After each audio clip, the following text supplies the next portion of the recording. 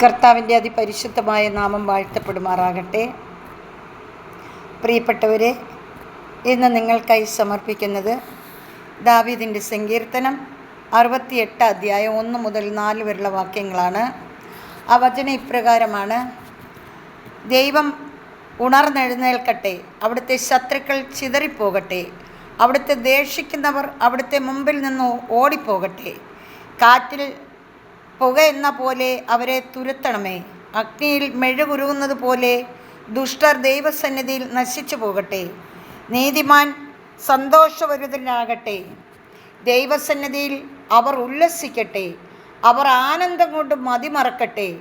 ദൈവത്തിന് സ്തുതി പാടുവിൻ, അവിടുത്തെ നാമത്തെ പ്രകീർത്തിക്കുവിൻ.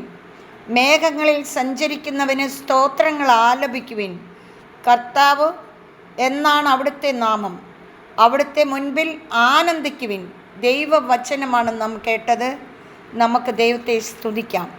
പ്രിയപ്പെട്ടവരെ, നമ്മൾ കർത്താവിൻ്റെ സന്നിധിയിൽ ഉല്ലസിച്ച് മതിമറന്ന് ദൈവത്തിനെ ആരാധിക്കണമെന്നാണ് പറയുന്നത്. നമുക്കങ്ങനെ കർത്താവിനെ ആരാധിക്കുന്ന മക്കളായി മാറാം. ഹല്ലേലൂയ. നമ്മളുടെ ശത്രുക്കളെല്ലാം ഛന്നം ഭിന്നമായി പോകണമെങ്കിൽ നമ്മൾ ദൈവത്തെ ആരാധിക്കണം. ആരാണ് നമ്മുടെ ശത്രുക്കൾ? നമ്മളുടെ ശത്രുവായ പിശാച് അലറുന്ന സിംഹത്തെ പോലെ ആരെ വിഴുങ്ങണമെന്ന് അന്വേഷിച്ചുകൊണ്ട് ചുറ്റി നടക്കുകയാണ്. വിശ്വാസത്തിൽ ഉറച്ചു നിന്നുകൊണ്ട് അവനെ എതിർക്കുവിൻ. നമുക്ക് ദൈവത്തിൻ്റെ സന്നിധിയിൽ ആനന്ദിച്ച് ആർപ്പ് വിളിക്കാം, ആഹ്ലാദിക്കാം, ദൈവത്തോടൊപ്പമായിരിക്കാം.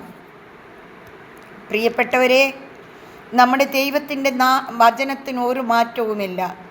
ദൈവത്തിൻ്റെ വചനത്തിന് മാറ്റമില്ലാത്ത വചനം ദൈവം നമുക്ക് നൽകിക്കൊണ്ട് ആ വചനത്താൽ നമ്മളെ ദൈവം ശുദ്ധീകരിക്കുന്നു. ഹല്ലേലൂയ. സർവശക്തനും നീതിമാനുമായ സ്വർഗീയ പിതാവ് നിങ്ങളെല്ലാവരെയും സമർത്ഥമായി അനുഗ്രഹിക്കട്ടെ. ഈ വചനം കേൾക്കുകയും ധ്യാനിക്കുകയും ഈ വചനത്തോടൊപ്പം ജീവിക്കുകയും ചെയ്യുന്ന എല്ലാ വ്യക്തി ജീവിതങ്ങളെയും കർത്താവ് അനുഗ്രഹിക്കട്ടെ എന്ന് പ്രാർത്ഥിക്കുന്നു. പിതാവായ ദൈവത്തിൻ്റെ വാത്സല്യ സ്നേഹം കൊണ്ട് ഓരോ മക്കളെയും നിറയ്ക്കട്ടെ എന്ന് പ്രാർത്ഥിക്കുന്നു.